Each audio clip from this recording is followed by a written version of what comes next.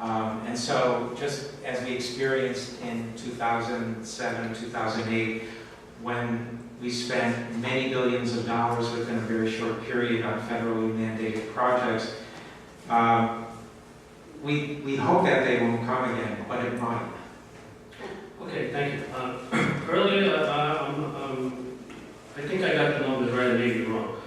You said that maybe 2007 or so, 2004, there was $500 million issued of bonds, and this year is $2 billion.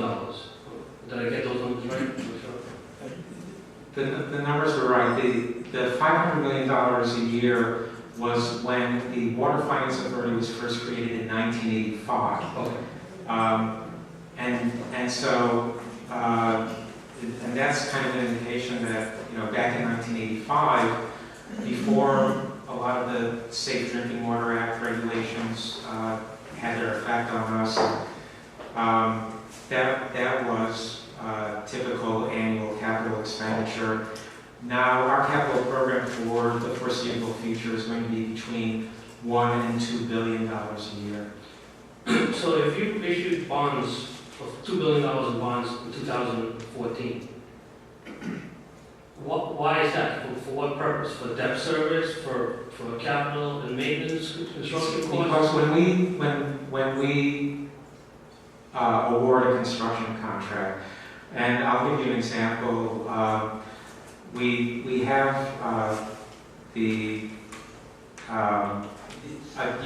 mentioned Water for the Future earlier, that we currently have under construction those two vertical shafts, the first part of the new tunnel that we're building, shafts that will reach 700 feet below ground.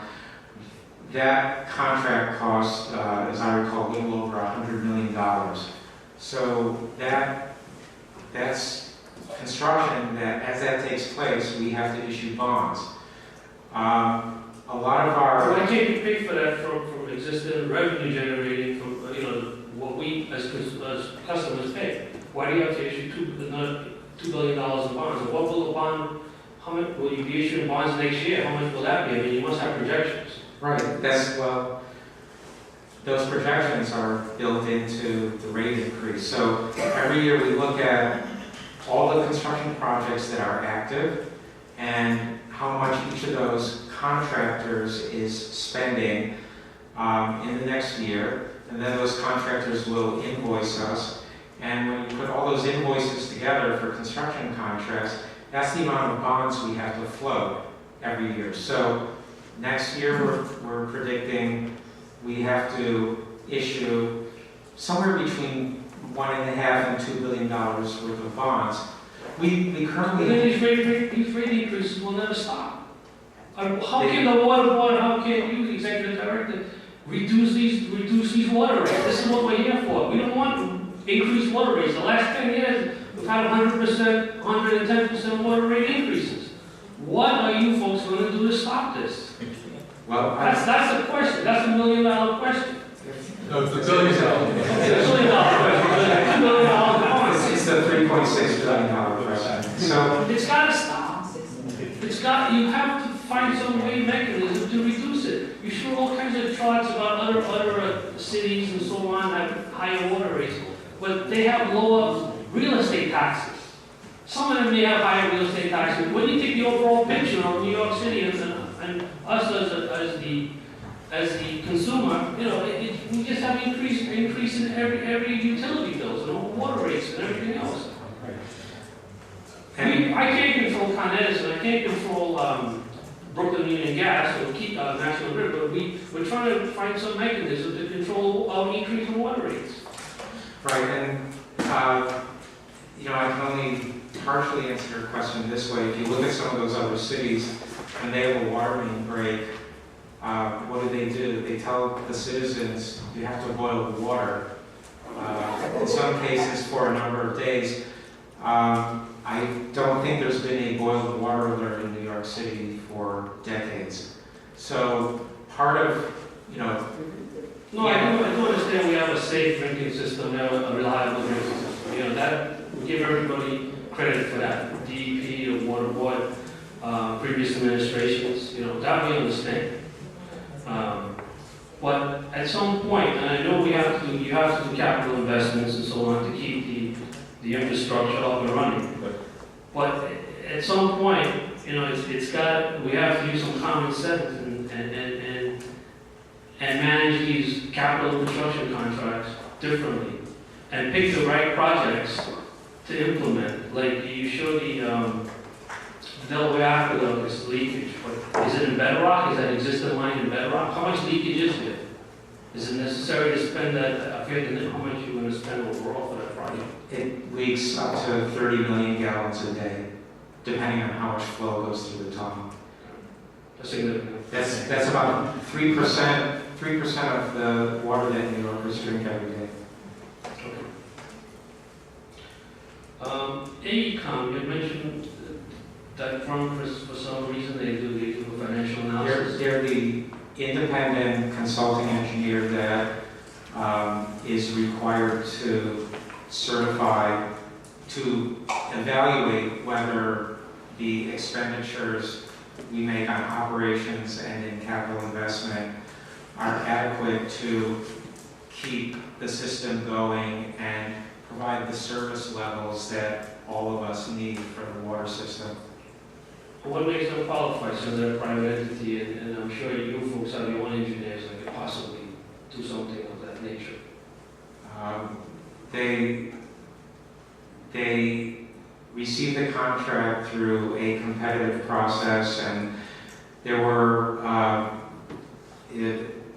a professional engineering firm, and so when they certify and they put their stamp on as professional engineers, the reputation of their entire firm, and in fact their license is their license to practice in New York State is on the line. Yeah, but they only do an analysis based on financial analysis. They're not doing the design analysis.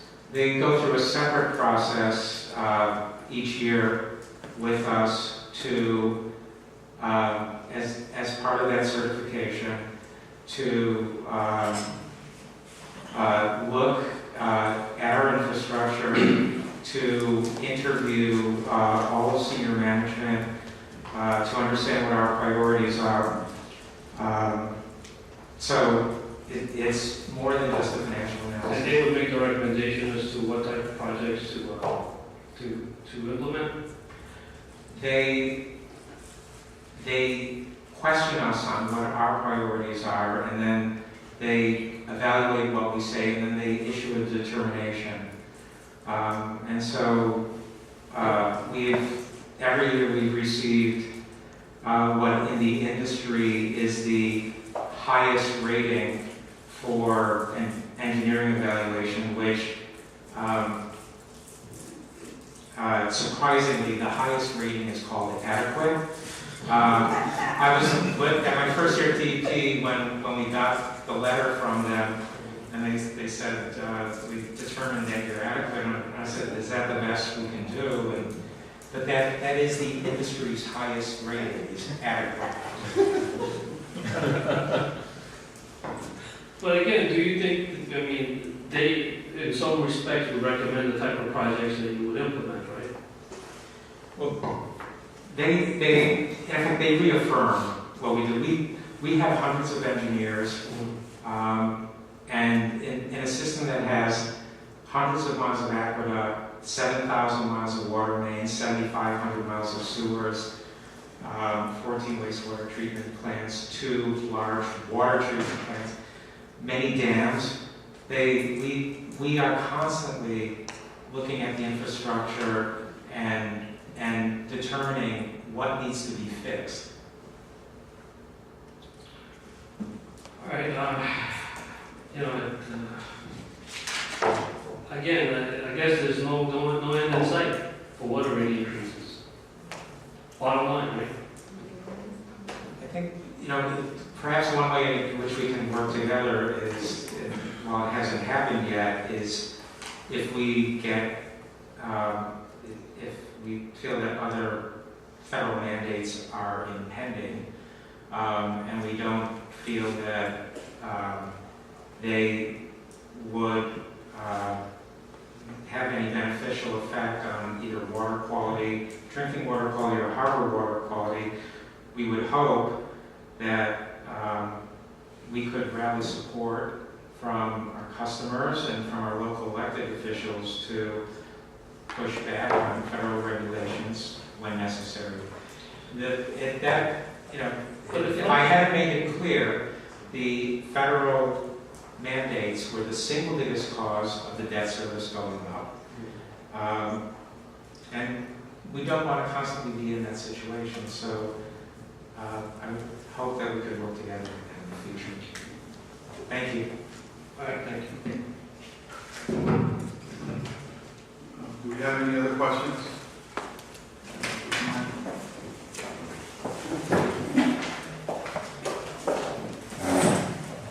Eugene Fallick again. This is a quick question, perhaps a long answer. There's been extensive discussion of drilling for natural gas upstate. Do you guys have any plans? What would happen if there is contamination of the watershed? Or have you looked at your legal options to deal with these matters? Well, minutes ago you advised me that I need to get a criminal lawyer, so... I think there's no doubt, as I said, that you're fraudulently billing for water use. Don't you agree? Why does my bill double in July? You think I drink a lot more water? I have no idea how much water you drink. You know damn well, to be blunt about it. Okay. Thank you. But tell me about. Thank you for your question. Tell me about the possible contamination of the watershed. What plans have you made? Have you made any? Okay, I guess you don't want me to answer. I do. Okay, then please be quiet for a minute. So, we've been reporting consistently for the last 5 years.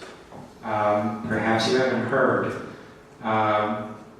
There was a mayoral press conference 5 years ago. We reported it at meetings of the water board.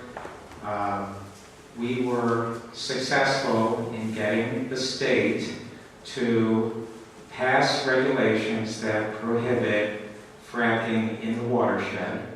And we were successful at getting the state to approve a buffer zone around our water infrastructure, our aqueducts that are outside the watershed. And as I understand it, I may be wrong, but as I understand it, there is a buffer zone to city property, but you don't control, and the state has not limited, areas where there could be a flow downhill from a leak in the fracking areas. For example, doesn't water from Binghamton drain into the watershed, but they're exploring leases in the Binghamton area? I don't know. I can't answer that Do question. you seriously believe 2 miles or 10 miles is enough? That's going to have to be a rhetorical question. Thank you. What? You don't know?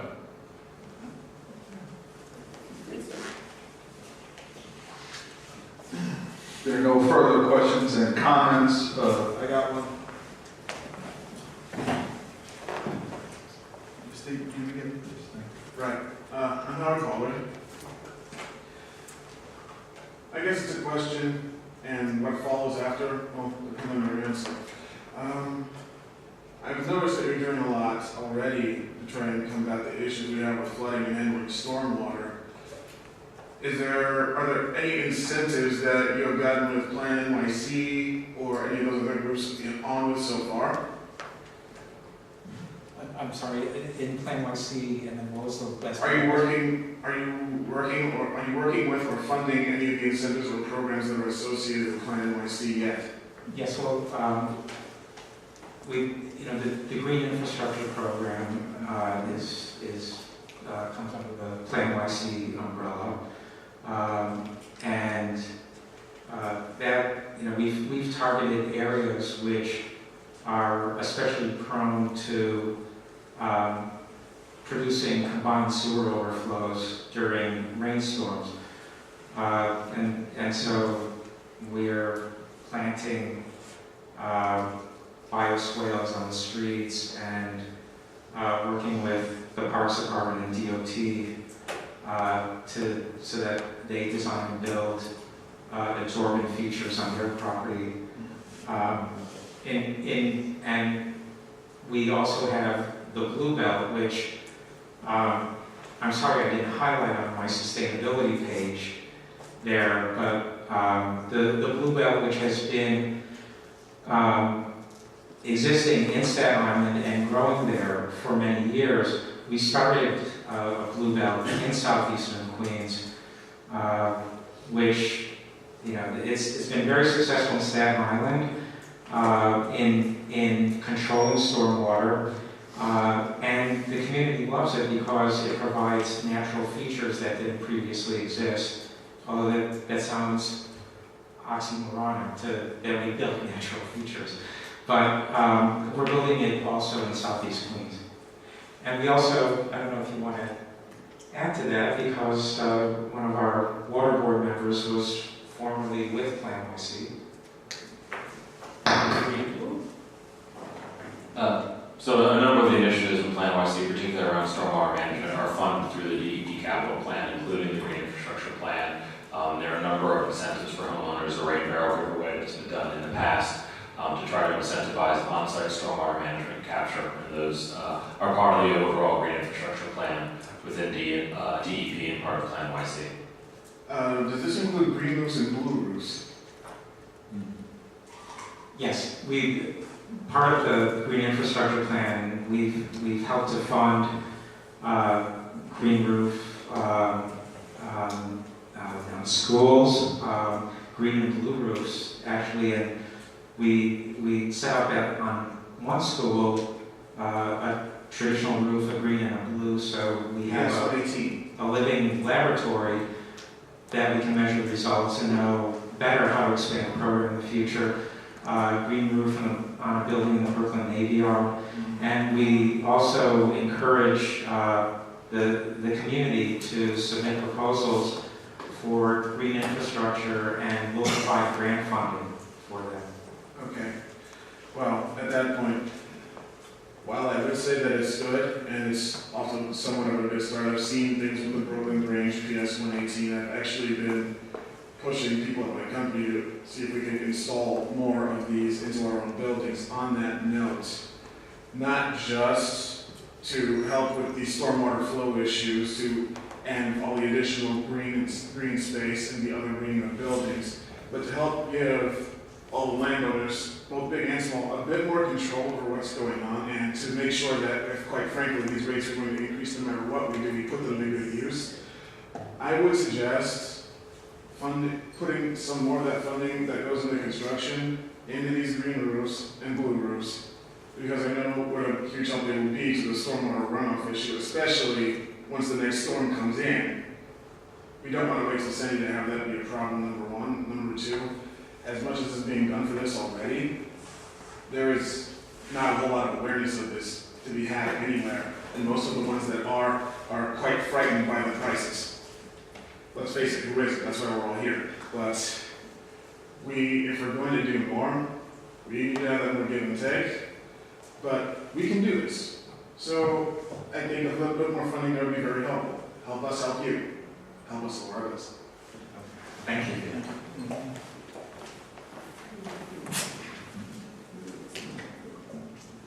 If there are no more questions or comments, since we have no more further business, this hearing is adjourned. Thank you all for coming.